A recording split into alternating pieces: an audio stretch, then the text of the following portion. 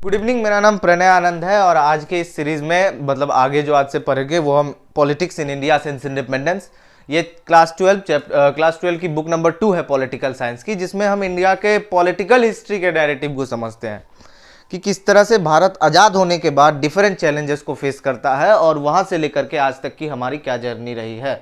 Different governments है, UPA की government थी, एनडीए की गवर्नमेंट आई, कांग्रेस का डोमिनेंस का समय था, भारत के पार्टीशन से रिलेटेड बहुत सारी दिक्कतें निकल करके आई। इंदिरा गांधी के ने बीच में इमरजेंसी भी लगाया था इंडिया में, एक ही बार इंडिया में इमरजेंसी लगा है, उससे रिलेटेड दिक्कतें आई। जयप्रकाश नारायण ने संपूर्ण क्रांति की। तो इंडिया की जो पॉलिटिकल हिस्ट्री है ना वो काफ़ी इंटरेस्टिंग है और इसको स्टडी करना बहुत ज़रूरी है और यही ये बुक करती है। हमारा जो बुक नंबर 1 है कंटेम्प्रेरी वर्ल्ड पॉलिटिक्स, वो इंडिया को वर्ल्ड के कॉन्टेक्स्ट में बताने की कोशिश करती है। और इस बुक में हम जनरली जानने की कोशिश करते हैं कि भारत की पॉलिटिकल हिस्ट्री क्या थी। तो दोनों बुक साइड बाय साइड चलती है कि उस समय इंडिया के वर्ल्ड के साथ रिलेशंस क्या थे और इंडिया के इंडिया के अंदर क्या चल रहा था। जनरली जो हम इस बुक में पढ़ते हैं, सबसे पहला चैप्टर है इस बुक में चैलेंजेस ऑफ नेशन बिल्डिंग, और दूसरा चैप्टर इसके बाद हम पढ़ते हैं era of one party dominance, और तीसरा जो चैप्टर होगा पॉलिटिक्स ऑफ प्लान डेवलपमेंट। ये 3 चैलेंजेस के साथ डील करता हुआ ये चैप्टर है कि 3 चैलेंजेस क्या थे इंडिया के, इंडिपेंडेंट इंडिया के क्या क्या 3 चैलेंजेस थे जो फेस किए थे और किस तरह से इंडिया ने उसको डील की। उसके बाद हम इंडिया के एक्सटर्नल रिलेशंस के बारे में समझेंगे, क्योंकि हमारी जो रिलेशंस है हमारे पड़ोसियों के साथ वो थोड़ी सी दिक्कत वाली रही है। पाकिस्तान हो या फिर चाइना हो, हमने 62 में पाकिस्तान से लड़ा है, मतलब हम चाइना से एक लड़ाई हो चुका है हमारा, 65 में पाकिस्तान से लड़ाई हो चुका है, पाकिस्तान से फिर हम 71 में भी लड़े, पाकिस्तान से 1999 में कारगिल की भी लड़ाई हुई। इसमें हम इंडिया के न्यूक्लियर प्रोग्राम के बारे में भी पढ़ने की कोशिश करेंगे। उसके बाद हम पढ़ेंगे कांग्रेस सिस्टम, पहले हम देख चुके होंगे, और कांग्रेस सिस्टम को किस तरह से रिस्टोर करके लाया गया इंदिरा गांधी के समय में जब नेहरू मर चुके थे, और क्या वही same to same Congress system restore होकर के आया, ये भी देखने वाली बात है। और उसके बाद हम इमरजेंसी के बारे में पढ़ेंगे और डिफरेंट मूवमेंट्स के बारे में पढ़ते पढ़ते हम अभी प्रेजेंट डे तक ट्रेस करने की कोशिश करेंगे। तो सबसे पहले हम क्या पढ़ने वाले हैं कि in this chapter we will focus on the events leading to partition in India and the following that how first few years of independence we are full of challenges. 47 में जब ब्रिटिश गए तो ऐसा तो नहीं था कि ब्रिटिश डायरेक्ट इंडिया को छोड़ करके चले गए थे। हमारा देश क्या था कि ब्रिटिश गवर्नमेंट के अंदर था, और जब ब्रिटिश गए तो मुस्लिम लीग के लोगों का यह डिमांड था कि 2 नेशन थ्योरी को आगे बढ़ाया जाए।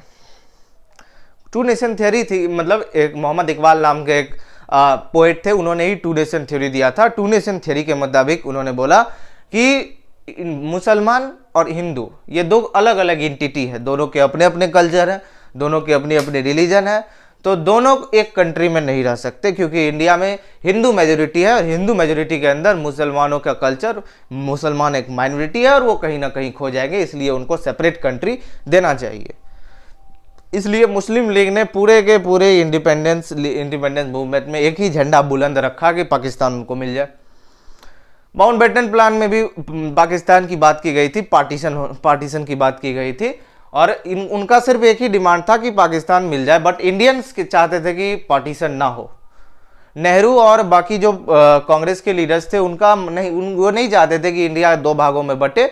बट क्या होता है कि पॉलिटिकल डेवलपमेंट ऐसे होते हैं कि बाद में कांग्रेस को भी ये बातें माननी पड़ती है, और 14 और 15 अगस्त की रात को एक नहीं बल्कि 2 नेशंस बॉन्ड होकर के आते हैं, एक इंडिया और एक पाकिस्तान, जो कि रिजल्ट था ब्रिटिश इंडिया के ही 2 भागों में डिवीजन के। एक्चुअली पाकिस्तान के 2 पार्ट होंगे, एक ईस्ट पाकिस्तान और एक वेस्ट पाकिस्तान, बट दोनों मिलाकर के एक पाकिस्तान ही था और एक इंडिया इंडिपेंडेंट होकर के आया। It was very traumatic experience for the people of both the countries, क्योंकि क्या होता है कि ये जो डिवीजन हुए थे ना, ये रिलीजियस बेसिस पर हुए थे, ये सब जानते हैं। अब दोनों साइड क्या हुआ कि 2 कम्युनल जोन बन करके आ गया। ये वहाँ के लोग को उन लोगों के लिए जो जहाँ मुस्लिम मेजोरिटी वाले लोग थे, हिंदू और सिख इजी टारगेट हो गए, और इनके लिए मुस्लिम इजी टारगेट हो गया। तो एक अनरप्ट पॉपुलेशन चेंज देखने को मिला। ऐसा बोला गया था कि जिन लोगों को उधर जाना है वो जा सकते हैं, जिन्हें फिर भी इंडिया में रहना है वो रह सकते हैं, क्योंकि इंडिया ने तो पहले ही डिक्लेयर कर दिया था अपने फ्रीडम मूवमेंट में कि हम जो देश बनाएंगे वो एक डेमोक्रेटिक होगा, एक सेक्युलर कंट्री होगा। और वही बात हमारे प्राइम मिनिस्टर जब 14-15 अगस्त की रात को स्पीच दे रहे थे, अपने स्पीच ट्विस्ट ऑफ डेस्टिनी में भी बोला कि इंडिया एस्पायर करेगी कि वो सबों के लिए काम करे। साफ साफ लिखा हुआ है कि after independence we shall run our government through democratic measures. पहला मेजर यही था कि इंडिपेंडेंस भारत को जब कभी भी मिले, हमने पहले ही रिजोल्यूशन ले रखा था कि भारत जब भी हमें इंडिपेंडेंस मिलेगा हम डेमोक्रेटिक गवर्नमेंट इस्टेब्लिश करेंगे। ये हमारा फ्रीडम मूवमेंट का मांग था। और दूसरा मांग हमारा फ्रीडम मूवमेंट का यही था कि जब कभी भी हमको इंडिपेंडेंस मिलेगा ना, हम सबों के गुड के लिए काम करेंगे, कॉमन गुड फॉर ऑल। ऐसा नहीं कि कोई पर्टिकुलर सेक्शन को हम इंडिया में हिंदू मेजोरिटी है तो हम हिंदू के लिए काम करेंगे, बाकियों को नेग्लेक्ट करके चलेंगे, या सिखों के लिए काम करेंगे, मुसलमानों को नेग्लेक्ट करके चलेंगे। ये नहीं था। ये दो व्यू एकदम माने हुए थे कि भारत में डेमोक्रेटिक गवर्नमेंट होगा और डेमोक्रेटिक गवर्नमेंट जो होगा वो सबों के अच्छे के लिए होगा। ये एकदम एस्टेब्लिश्ड सी व्यू होकर के चल रही थी। बट कह देना इतना आसान नहीं है कि भाई हम डेमोक्रेटिक गवर्नमेंट एस्टेब्लिश करेंगे। 15 अगस्त और 15 अगस्त 1947, 200 सालों तक भारत में राज करने के बाद अंग्रेज जो है भारत छोड़ करके चले गए। ठीक है, भारत छोड़ करके जाने के बाद भारत आज़ाद होकर के आया, लेकिन इतनी आसानी से हमारे आज़ादी नहीं मिली थी। हम अभी न्यूली बॉर्न कंट्री थे, गरीबी थी हमारी देश में, और साथ ही साथ क्या हुआ कि पार्टीशन हो गया। पार्टीशन हो गया तो दोनों साइड लोग बॉर्डर क्रॉस करने लगे, जिसमें काफ़ी ज़्यादा वायलेंस भी निकल करके आया।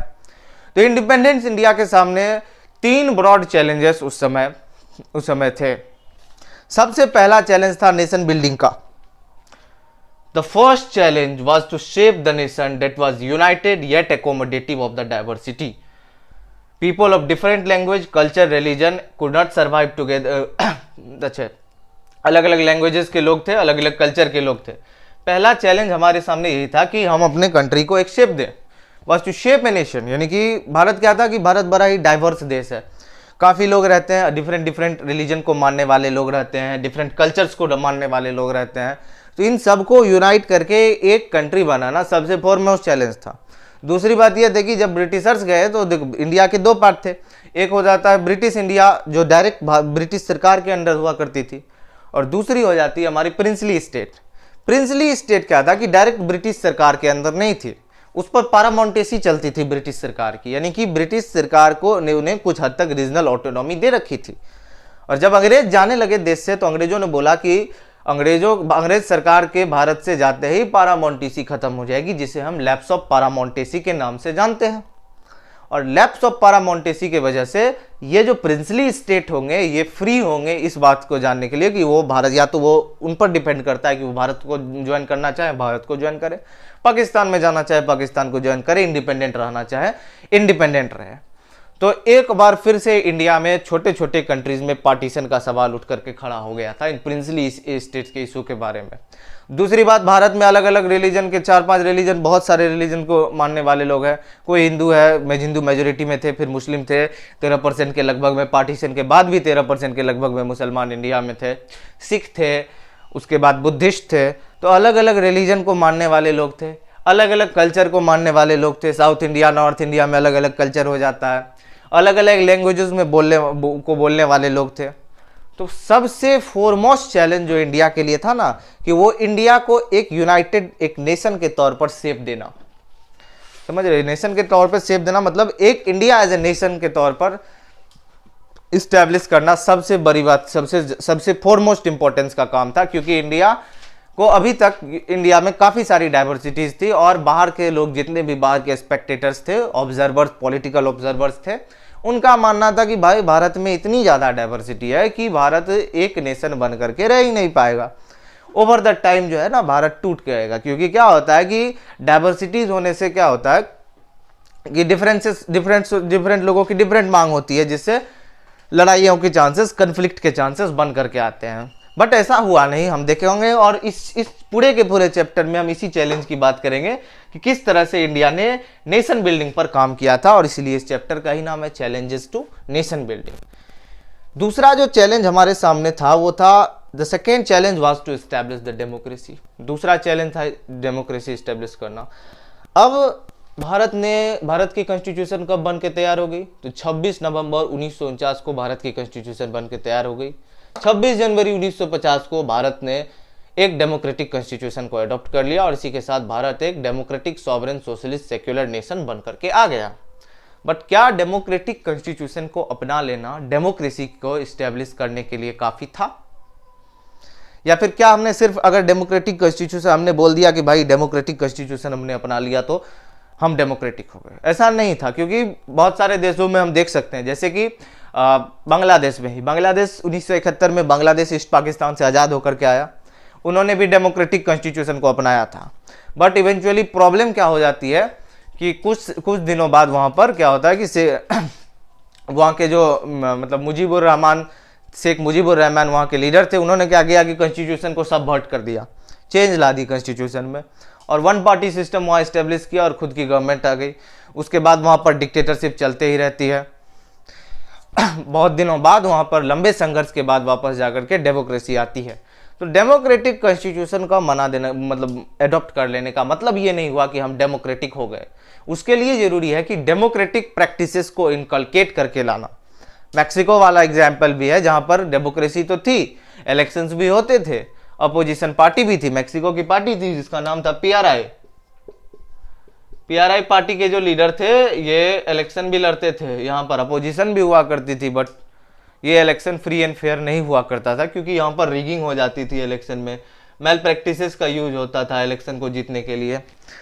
तो डेमोक्रेटिक प्रैक्टिसेस को इनकलकेट करना सबसे बड़ी बात थी, और ये हमारे लिए दूसरा चैलेंज था जो कि हम अगले चैप्टर में पढ़ेंगे। और तीसरा चैलेंज था to ensure the development and the well being of the entire society, not only a particular section. यानी कि हम पूरे सोसाइटी के लिए डेवलपमेंट के लिए काम करेंगे, ऐसा नहीं कि कोई पर्टिकुलर सेक्शन के लिए हम काम कर रहे हैं और बाकियों को नेग्लेक्ट कर रहे हैं। तो ये हमने पहले ही रिजोल्यूशन लिया था कि भारत में भाई सारे के सारे लोगों के डेवलपमेंट के लिए काम किया जाएंगे। स्पेशल इंफेसिस किस पर दिया जाएगा? तो स्पेशल इंफेसिस दी जाएगी जो डिसएडवांटेज सेक्शन है या पुअर सेक्शन है, उस पर इंफेसिस देते हुए हम पूरे के पूरे इंडिया के डेवलपमेंट के लिए काम करेंगे। तो यही हमारे 3 फोरमोस्ट चैलेंजेस थे जो हमको मतलब आगे हम तीनों चैप्टर में पढ़ेंगे, लेकिन इस चैप्टर में जो हम पढ़ने वाले हैं वो होगा पॉलिटिक्स ऑफ प्लान डेवलपमेंट। तो अभी तक हम लोग 3 चैलेंजेस के बारे में पढ़ चुके हैं कि इंडिया को कौन कौन से मेन 3 चैलेंजेस फेस करने थे, जिसमें से पहला था कि भाई हमको नेशन बिल्डिंग पर काम करना था, दूसरा था कि हमको डेमोक्रेसी को रियल सेंस में एस्टेब्लिश करके लाना था। ऐसे कर रहा है तू। जो मेजर 3 चैलेंजेस इंडिया को फेस करने थे इंडिपेंडेंस के बाद वो यही थे कि सबसे पहले तो हमको नेशन बिल्डिंग को देखना था कि भाई भारत में अभी अभी पार्टीशन हो रखा था, देश 2 भागों में बंट चुका था, प्रिंसली स्टेट थे, इतने सारी डाइवर्सिटीज थे, उसको हम किस तरह हैंडल करेंगे। और दूसरा था कि भाई डेमोक्रेसी को हम किस तरह से रियल सेंस में इस्टेब्लिश करके लाएंगे, और तीसरा था कि भाई डेवलपमेंट को हम किस तरह से इंश्योर करेंगे। पहला चैलेंज था नेशन बिल्डिंग का। नेशन बिल्डिंग में यानी कि एक राष्ट्र का निर्माण करना, एक राष्ट्र को एक शेप देना बहुत जरूरी होता है। और आपने पढ़ा होगा कि जब यूरोपियन नेशनलिज्म को हम पढ़ रहे थे तो वहां भी काफी जरूरी था कि एक राष्ट्र को शेप दिया जाए। जैसे जर्मनी को एक शेप दिया गया था कि भाई ये जो है पर्टिकुलर एरिया वो जर्मनी है, बिस्मार्क ने फोर्सेस का इस्तेमाल करके दिया था। उसी तरह इंडिया भी आजाद होकर के आया था, बहुत सारे प्रिंसली स्टेट थे, हमारा पार्टीशन एक तो पहले ही हो चुका था। तो बहुत जरूरी था कि आज़ादी के बाद नेशन को एक शेप दिया जाए और एक यूनाइटेड कंट्री बनाया जाए।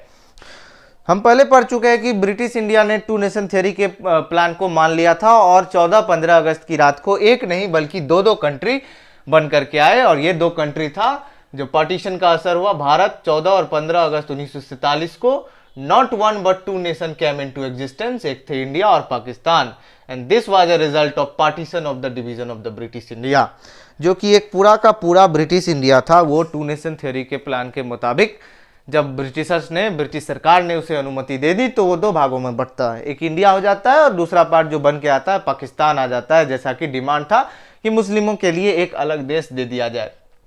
अब such a division was not only painful, देखिए कोई डिवीजन तो था ही, वो पेनफुल था ही। हम आगे पढ़ेंगे कि इसी डिवीजन को बहुत सारे राइटर्स ने बोला है कि डिवीजन ऑफ द हार्ट्स, ये डिवीजन ऑफ द हार्ट्स था, क्योंकि जो लोग इतने दिनों से एक दूसरे के नेबर के तौर पर रह रहे थे वो आज फोर्स थे कि वो दूसरे देश में चले जाए, अपने एंसेस्ट्रल प्रॉपर्टी को छोड़ के, सब कुछ को छोड़ छाड़ करके दूसरे देश में जाना, ये एक्चुअली में काफ़ी ज़्यादा पेनफुल हो जाता है। सालों तक हम साथ रहे और अचानक से अगर जाना पड़ जाए तो काफ़ी पेनफुल था और बहुत सारे लोगों ने अपने मतलब पुराने रिलेटिव्स को गंवा दिया। और आज भी हमने बहुत सारे मूवीज़ के थ्रू भी देखा है कि लोग याद करते थे कि पार्टीशन से पहले वो कहाँ रहा करते थे। तो it was a very painful experience for the people, but painful होने के साथ साथ टेक्निकल डिफिकल्टीज भी इसमें थी। ये इतना आसान नहीं था कि किस तरह से हम भारत और पाकिस्तान को डिसाइड कर लें कि भाई कौन सा एरिया जो है इंडिया का पड़ेगा और ये वाला एरिया जो है ना पाकिस्तान का पड़ेगा। ये एक्चुअली में काफ़ी डिफिकल्ट था डिसाइड करना कि हम किस तरह से भाई डिसाइड करें कि ये फलाना फलाना एरिया इंडिया का है और फलाना फलाना एरिया पाकिस्तान का है, और इसका इम्प्लीमेंटेशन करना पेनफुल तो जो था टेक्निकल डिफिकल्टीज भी थी। फिर भी बहुत सोच विचार करने के बाद लीडर्स ने सोचा कि चलिए भाई साहब हम लोग रिलीजियस मेजोरिटीज के प्रिंसिपल को फॉलो करेंगे। It was decided to follow the principle of religious majorities. अब ये रिलीजियस मेजोरिटीज किस चिड़िया का नाम है ये भी देखने वाला बात है। तो रिलीजियस मेजोरिटीज का मतलब होता है कि जैसे ये इंडिया है, इंडिया वाला पूरा का पूरा रीजन होगा, हम इस पूरे के पूरे रीजन में देखने की कोशिश करेंगे कि भाई कौन सा एरिया में हिंदू की पॉपुलेशन ज़्यादा है और या फिर यानी कि और कौन सा एरिया में मुस्लिम की पॉपुलेशन। बेसिकली देखने की कोशिश ये थी कि कौन सा एरिया जो है ना उसमें मुस्लिम की पॉपुलेशन ज़्यादा हो जाता है। ये अनडिवाइडेड ब्रिटिश इंडिया था, इसमें खोजने की यही कोशिश थी कि रिलीजियस मेजोरिटीज के प्रिंसिपल कहता है कि आप पर्टिकुलर रिलीजियस मेजोरिटी वाला एरिया को देखिए, यानी कि जिस एरिया में मुस्लिम ज़्यादा है ना वो एरिया पाकिस्तान का हो जाना था, और जिस एरिया में मुस्लिम ज़्यादा है वो एरिया पाकिस्तान का हो गया और बाकी जो बचा एरिया वो इंडिया का हो गया। अब ये सुनने में तो बड़ा आसान लग रहा है कि ठीक है जिस एरिया में मुस्लिम ज़्यादा है ना वो एरिया पाकिस्तान को दे देंगे और जिस एरिया में नहीं है वो एरिया हो जाएगा हिंदू का। लेकिन ये इतना आसान नहीं था, इसमें भी डिफ़िकल्टीज थी। प्रॉब्लम क्या था कि पूरे के पूरे ब्रिटिश इंडिया में कोई भी ऐसा सिंगल बेल्ट नहीं था जहां सिर्फ मुस्लिम ही डोमिनेटेड हो। No single Muslim majority belt in British India. एक सिंगल मुस्लिम मेजोरिटी बेल्ट नहीं थी ब्रिटिश इंडिया में जहां सिर्फ और सिर्फ मुस्लिम की ही पॉपुलेशन हो। फिर भी इस कंडीशन को देखते हुए, क्योंकि हमको डिवीजन तो करना था, पार्टीशन अब तय हो चुका था, तो हमने दो एरिया ऑफ कंसंट्रेशन को निकाला, यानी कि इन दो एरिया में मुस्लिमों की अच्छी खासी आबादी है।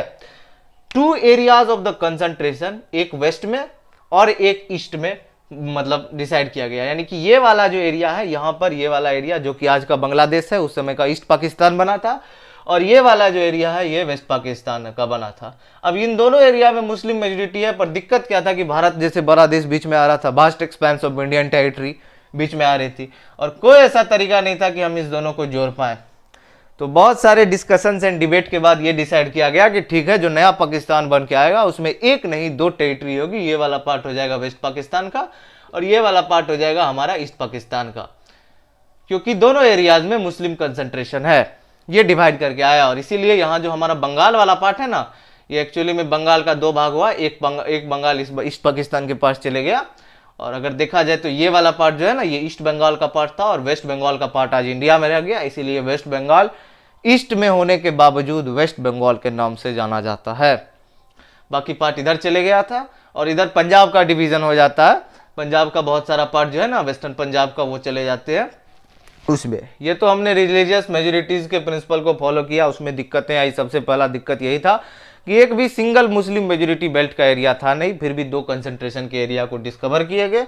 उसमें क्या दिक्कत हो रहा था कि बीच में इंडिया पड़ रहा था, दोनों साइड, एक ईस्ट पाकिस्तान एक वेस्ट पाकिस्तान, बीच में इंडिया।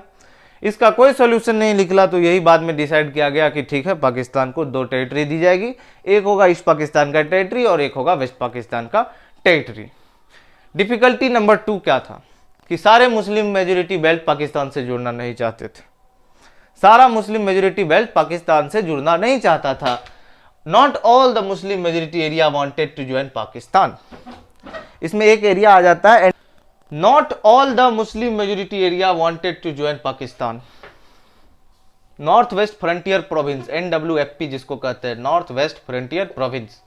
यहाँ के लीडर थे अब्दुल गफर खान, खान अब्दुल गफर खान, जिनको फ्रंटियर गांधी भी कहा जाता है और जिनको भारत रत्न का भी अवार्ड मिला हुआ था। First foreign recipient to receive the Bharat Ratna in India, Khan Abdul Ghaffar Khan. Khan Abdul Ghaffar Khan ने टू नेशन थ्योरी का एकदम विरोध किया था। उनके मुताबिक उनका कहना था कि भाई टू नेशन थ्योरी फालतू चीज़ है, इसको नहीं माना जाना चाहिए और पूरा का पूरा India as a united country रहना चाहिए। बट क्या हुआ कि मुस्लिम लीग के आगे इनकी आवाज़ को दबा दी गई। North West Frontier province Pakistan का पार्ट बन जाता है और भारत का पार्टीशन हो जाता है। तीसरा डिफिकल्टी क्या था कि भाई अब यहाँ पर हमने अलग तो करके रख दिया, जैसे कि ये मिटा रहा हूँ, जैसे कि अगर ये इंडिया है, ये अब यहाँ पर जैसे इंडिया है, ये इंडिया, ठीक, ये वाला एरिया इधर हो जाता है और ये पाकिस्तान वाला, ये गुजरात के बाद वाला एरिया इधर हो जाता है। इसमें डिफिकल्टी क्या था कि पंजाब, अब हमने पहले बोला कि कोई सिंगल मुस्लिम मेजोरिटी बेल्ट की तो एरिया थी नहीं। पंजाब में भी क्या था कि कुछ एरिया ऐसे थे, ये जो पंजाब वाला इधर डिवीजन हुआ, इसमें सिखों की पॉपुलेशन और हिंदुओं की पॉपुलेशन अच्छी खासी हुआ करती थी। कुछ एरिया ऐसी, और इधर क्या हो जाता था कि बंगाल वाले एरिया में, इसमें भी हिंदू और हिंदुओं की पॉपुलेशन अच्छी खासी थी। तो अब टोटल अगर हम दे देंगे तो ये भी गलत होगा, रिलीजियस मेजोरिटी का प्रिंसिपल फॉलो करना जरूरी है, बट ऐसा थोड़ी है कि जो जिन एरियाज में हिंदू मेजोरिटी है उन एरियाज को भी हम उधर दे देंगे। बहुत सोच विचार के बाद इस पर तीसरी प्रॉब्लम यही है कि पाकिस्तान जिन एरियाज में ना मुस्लिम मेजोरिटी है ना, उन एरियाज में भी काफी ज्यादा सिख और हिंदूज रहते हैं। तो ये डिसाइड किया गया कि ठीक है भाई, हम इसको डिवीजन करेंगे, एकदम बेसिक लेवल पर जाके करेंगे, डिस्ट्रिक्ट लेवल पर जाके करेंगे, और या उससे भी छोटे छोटे लेवल पर जाकर के हम दोनों एरियाज का डिवीजन करेंगे। और चौथा प्रॉब्लम रिलेटेड था माइनॉरिटीज से रिलेटेड प्रॉब्लम। बॉर्डर के दोनों साइड माइनॉरिटीज थे, इधर वाले एरिया में lakhs of the Hindus and the Sikhs हो जाते थे, जो कि लाहौर पंजाब वाले एरिया में थे, तो बंगाल वाले एरिया में भी बहुत सारे हिंदूज थे। और इधर क्या हो जाता था कि इधर बहुत सारे मुस्लिम यहाँ पर थे, और दिल्ली वाले एरिया में, दिल्ली वाले पंजाब वाले एरिया में बहुत सारे मुस्लिम लोग थे। अब इनको लगने लगा कि भारत आज़ाद हो गया, जिन देश में ये सालों से रह रहे थे उसी देश में ये मतलब सबसे अलग थलग दिखने लगे, क्योंकि ये तो मुस्लिम कंट्री बन रहा था, और इनको डर था कि भाई इंडिया भी कहीं हिंदू कंट्री ना बन जाए। तो जिस कंट्री में सालों से इनके एंसेस्टर्स रह रहे थे उसी कंट्री में ये मतलब अब दिक्कतें झेल रहे थे, और क्योंकि ये माइनॉरिटीज थे तो इजी टारगेट बन गया। दोनों साइड बॉर्डर के इन माइनॉरिटीज पर ही अटैक किया गया और इनको बहुत सारी दिक्कतें दी गई, जिसके कारण बहुत सारे लोग मारे भी गए, बहुत सारे लोग किडनैप किए गए, वुमेन्स को अबडक्ट किया जाने लगा। और ये जो 15 अगस्त पार्टी के बाद जो पार्टीशन हुआ ना, ये बहुत ही अनप्लान्ड और अनप्रेसिडेंटेड वायलेंस देखने को भारत में मिला। किसी ने ये बात एकदम सोची नहीं थी कि इतना ज़्यादा लेवल पर वायलेंस हो जाएगा। किसी के पास कोई प्लान नहीं था कि इतना ज़्यादा लेवल पर वायलेंस होगा। सब वायलेंस चलता रहा और लीडर्स कुछ नहीं कर पा रहे थे। इवेंचुअली गांधी जी जब मरते हैं ना, तो उसके बाद थोड़ा वायलेंस कंट्रोल में आ जाता है। ओके, अब अगले वीडियो में हम नेक्स्ट टॉपिक पढ़ने की कोशिश करेंगे। Thank you very much.